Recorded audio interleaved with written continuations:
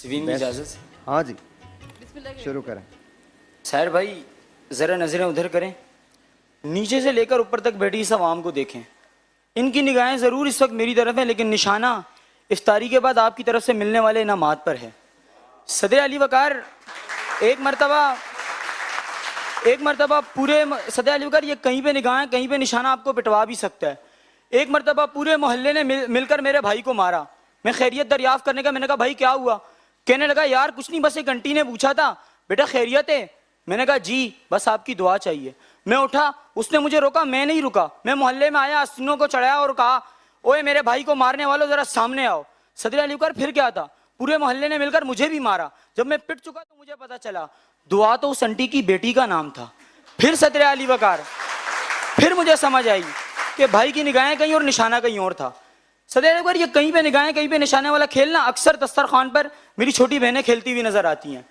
अगर निगाहें समोसे पर होंगी तो निशाना पकौड़ों पर होगा, अगर निगाहें तरबूज पर होंगी तो निशाना आम होगा, कहीं हाथ से गुठली ना निकल जाए। फिर सदर अली वकार एक दिन मैंने सोचा ये खेल मैं भी खेल कर चेक करूं।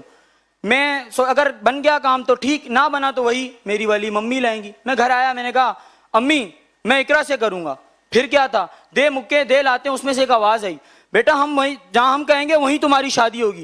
मैंने कहा अम्मी बात तो पूरी सुन लिया करें, इकरा यूनिवर्सिटी से ग्रेजुएशन करूंगा। फिर सदर अली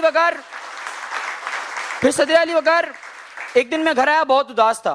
मुझे अब्बू ने खुशखबरी सुनाई बेटा हम तुम्हारी शादी करने लगे। मैं बहुत खुश हुआ।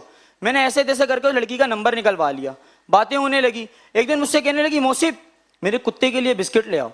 सदर अली वकार मैं दुकान पर गया, दुकानदार ने भी मुझसे कहीं पे निगाहें कहीं पे निशाने वाला खेल खेल लिया। मैंने उससे कहा मेरी होने वाली बीवी के कुत्ते के लिए केक दो, तो मुझसे बड़े मासूमाना अंदाज से कहने लगा सर यहीं खाएंगे या घर ले जाएंगे।